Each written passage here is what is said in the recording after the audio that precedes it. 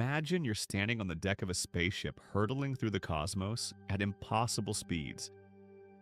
You can't control the ship's destination. You can't change its course, but you can choose how you stand. This is the essence of Stoic wisdom about fate.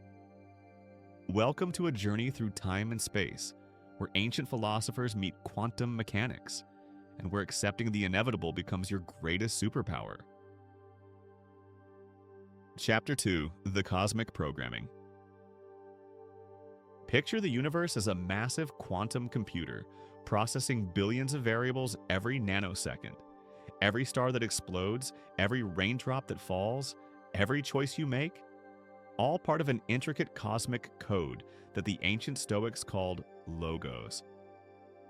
But here's the fascinating twist that would make even Einstein scratch his head.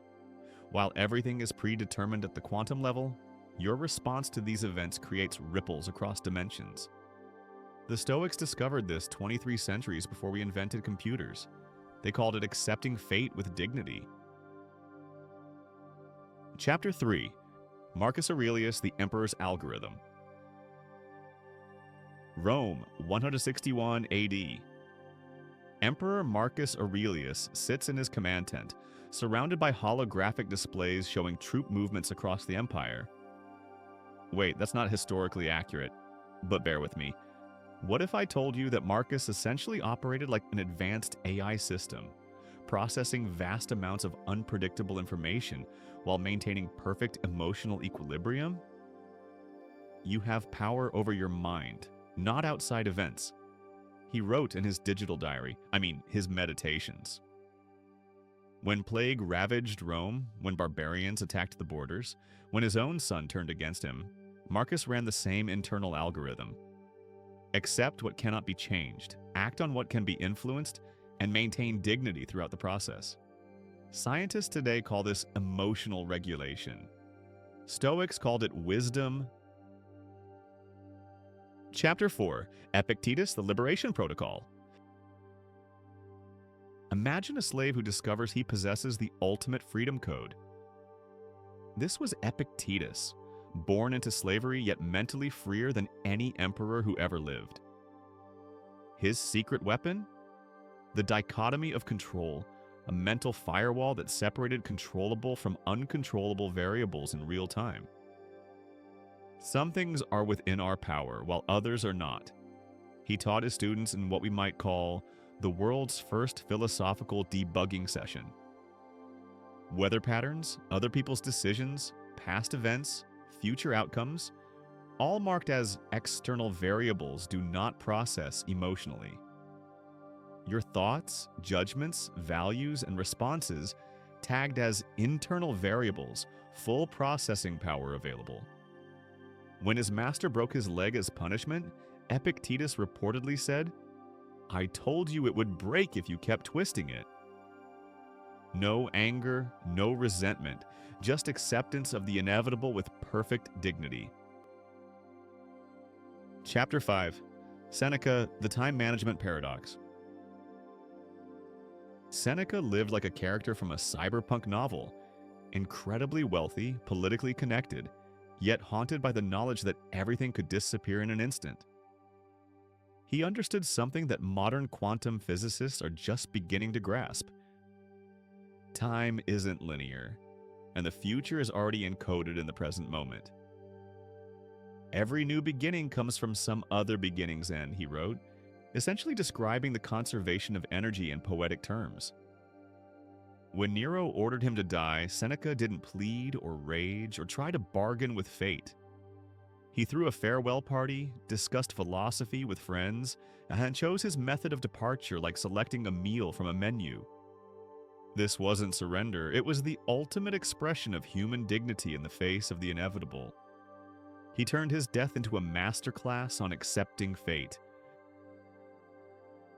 Chapter 6: The Quantum Connection. Here's where ancient wisdom collides with cutting-edge science in the most mind-bending way possible. Quantum mechanics tells us that at the subatomic level, particles exist in all possible states simultaneously until observed. The Stoics intuited something remarkably similar. Events exist in a superposition of meaning until we choose how to interpret them. Schrodinger's cat is simultaneously dead and alive. Your setback is simultaneously a disaster and an opportunity. The act of observation, or in Stoic terms, judgment, collapses the wave function into reality. This means accepting fate isn't passive resignation. It's active participation in quantum reality creation. You're not just along for the ride on that cosmic spaceship. You're co-piloting it through dimensions of meaning. Chapter 7, the Dignity Algorithm. So, what does it actually mean to accept the inevitable with dignity?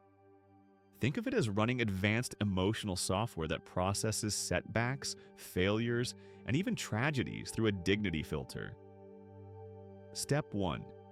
Acknowledge the reality without denial or fantasy. The spaceship is going where it's going. Step 2. Separate what happened from your story about what happened.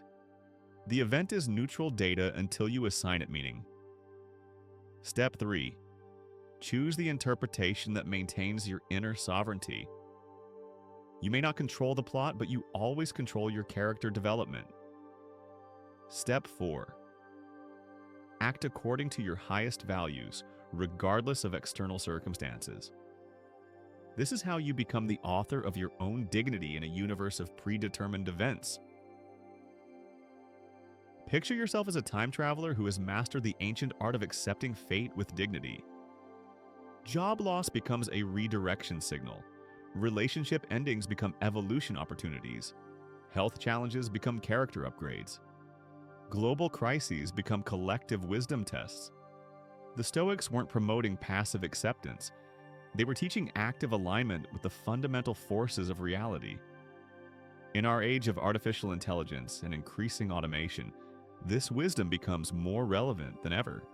As machines take over predictable tasks, our uniquely human ability to find dignity and meaning in any circumstance becomes our greatest asset. The future belongs to those who can dance gracefully with the inevitable, who can find freedom and acceptance, and who can maintain their humanity while riding the waves of cosmic change. This is your invitation to join the ranks of cosmic dancers, to accept your fate not as a victim, but as a dignified participant in the grand algorithm of existence.